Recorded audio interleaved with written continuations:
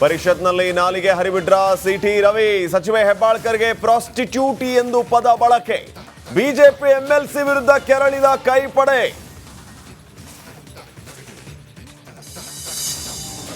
ನಾನು ಯಾರನ್ನೂ ವೈಯಕ್ತಿಕವಾಗಿ ಆ ರೀತಿ ನಿಲ್ಲಿಸೋ ಸ್ವಭಾವನಲ್ಲ.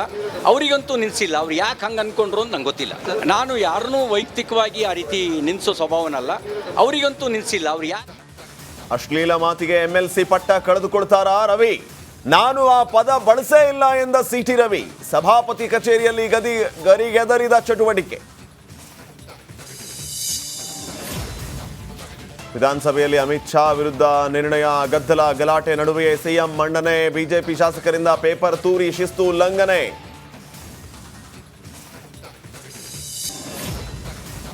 ಮೈಸೂರಿಗೆ ತೆರಳಲು ಕೋರ್ಟ್ಗೆ ದರ್ಶನ್ ಮನವಿ. 4 ವಾರಗಳ ಅನುಮತಿ ಕೇಳಿದ ಕೊಲೆ ಆರೋಪಿ.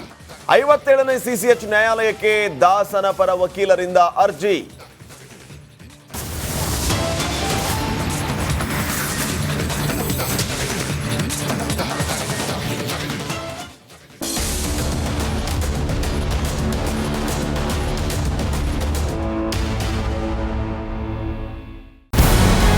ನಮಸ್ಕಾರ, ಕರ್ನಾಟಕ ಪ್ರೈಮ್ ಟೈಮ್ಗೆ ಸ್ವಾಗತ.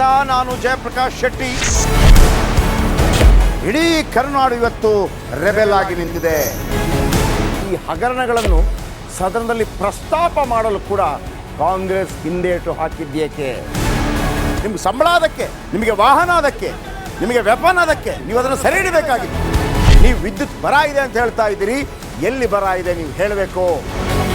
ಪಾಕಿಸ್ತಾನ್ ಆಕ್ಯುಪೈಡ್ ಕಾಶ್ಮೀರ್ ಅದು ಎಂದೆಂದಿಗೂ ನಮ್ಮದು.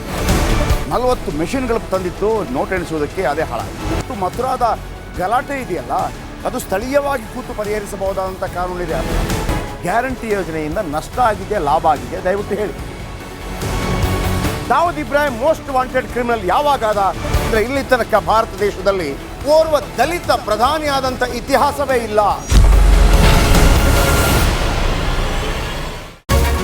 ರಿಪಬ್ಲಿಕ್ ವರ್ಲ್ಡ್ ಆಪ್ ಇದು ಕೇವಲ ಅಪ್ಲಿಕೇಶನ್ ಅಲ್ಲ, ಸಮಗ್ರ ಸುದ್ದಿಗಳ ಸಂಪರ್ಕ ಮಾರ್ಗಕ್ಕೆ ಕ್ರಾಂತಿಕಾರಿ ಬದಲಾವಣೆ.